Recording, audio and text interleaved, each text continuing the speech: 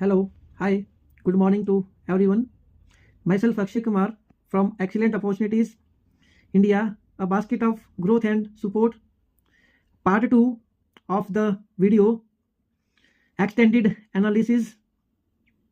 पिछले पार्ट में हमने देखा कि कैसे यूनाइटेड स्टेट्स और ईरान के बीच एस्केलेटिंग कॉन्फ्लिक्ट एक सिस्टमैटिक ग्लोबल क्राइसिस क्रिएट कर रहा है और कैसे इंटरनेशनल लॉ, ह्यूमैनिटेरियंस लॉ और डिस्प्यूट रेजोल्यूशन के फ्रेमवर्क्स इस क्राइसिस को मैनेज करने की कोशिश करते हैं। लेकिन रियल पिक्चर तब समझ आता है जब हम इकोनॉमिक, स्ट्रेटेजिक और लीगल डायमेंशन का इंटीग्रेटेड एनालिसिस करें और इंडिया के रोल को फुली कंटेक्चुअलाइज करें। अगर आपने वीडियो को सब्सक्राइब नहीं किया है इस चैनल को, तो अभी चैनल को सब्सक्राइब कर लें और चैनल को, वीडियो को एंड तक जरूर देखें। ग्लोबल इकोनॉमिक इम्पैक्ट, ये वॉर सिर्फ मिसाइल्स और डिप्लोमेसी का नहीं है। सबसे पहला और टेंजिबल इम्पैक्ट इकोनॉमी पर पड़ता है। Oil price shock, straight of Hormuz पर इंस्टेबिलिटी से क्रूड सप्लाई डिस्टरप्ट होती है। अगर 20% global oil supply temporarily block हो जाए तो इमीडिएट स्पाइक्स होती है ऑयल प्राइसेस में, जो world wide inflationary pressure create करता है। ये इम्पैक्ट डेवलप्ड इकोनॉमीज को स्लो ग्रोथ और एमर्जिंग मार्केट्स को स्टैगफ्लेशन का रिस्क देता है।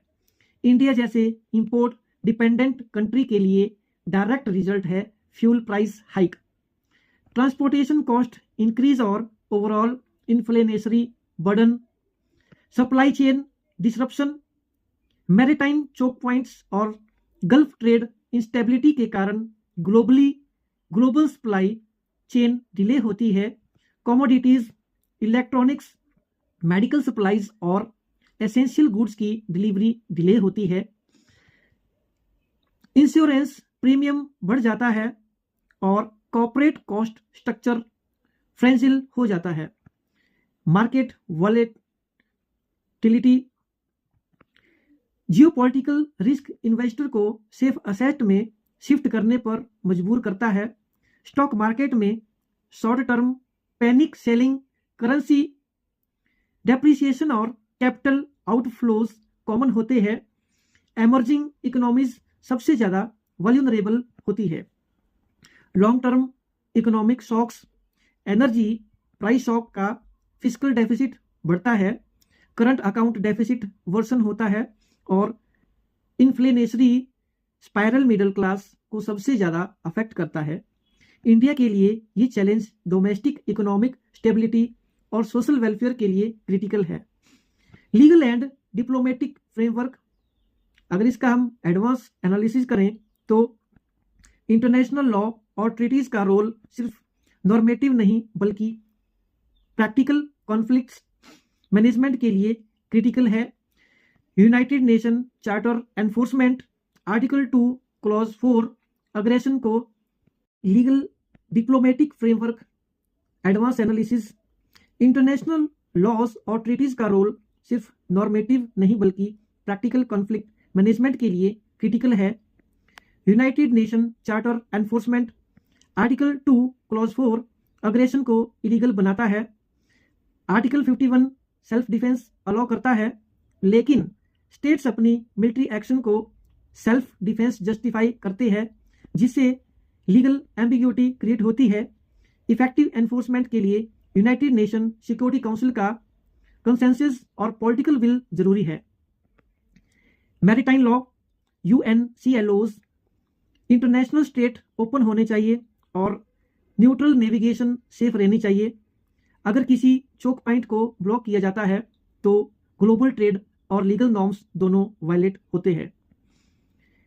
Nuclear law, NPT, non proliferation का प्रिंसिपल ग्लोबल सिक्योरिटी के लिए क्रिटिकल है। ईरान और US के लिए डिस्प्यूट में ट्रस्ट डेफिसिट का solution international inspection, faced compliance और वेरिफिकेशन मैकेनिज्म हो सकता है। जिनेवा कन्वेंशन, सिविलियन और क्रिटिकल इंफ्रास्ट्रक्चर की प्रोटेक्शन इंटरनेशनल ह्यूमैनिटेरियन लॉ का कॉर्नरस्टोन है। मॉडर्न असिमेट्रिक वेलफेयर में कंप्लायंस चैलेंज होता है, लेकिन मॉनिटरिंग और अकाउंटेबिलिटी फ्रेमवर्क एस्टेब्लिश करना पॉसिबल है।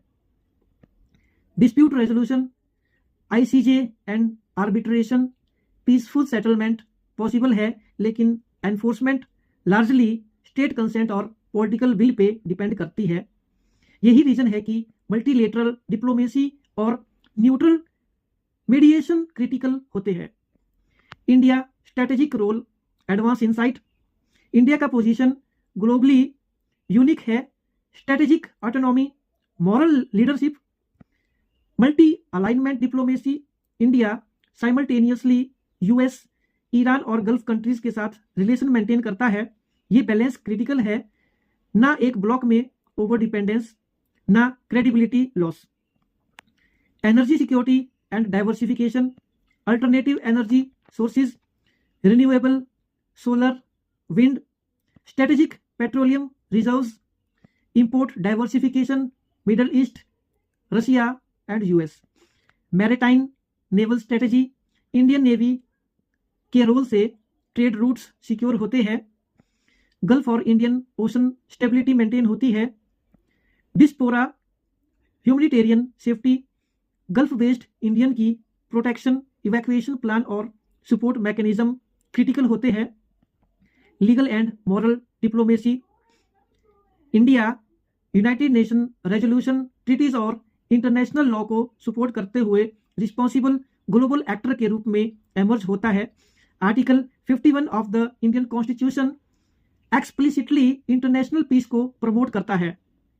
Scenario planning and future prediction, limited regional conflict, oil prices spikes, inflation moderate, localised economic stress.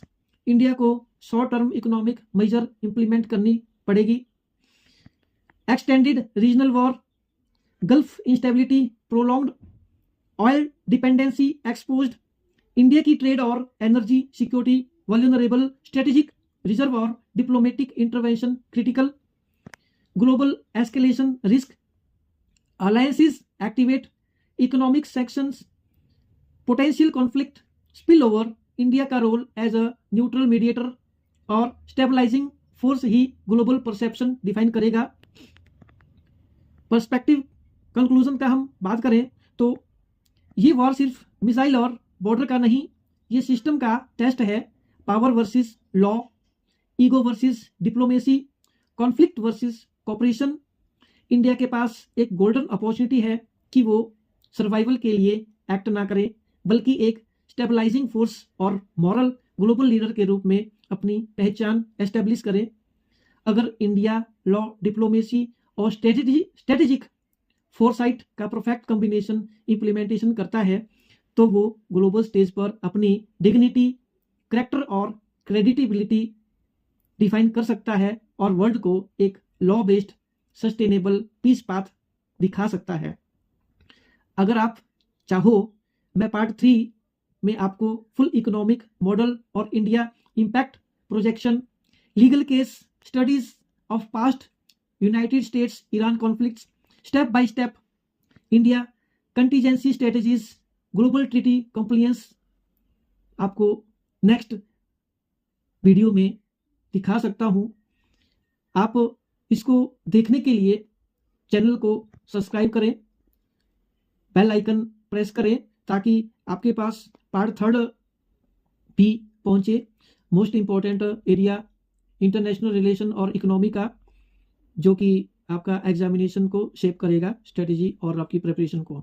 Thank you. जय हिंद, जय भारत।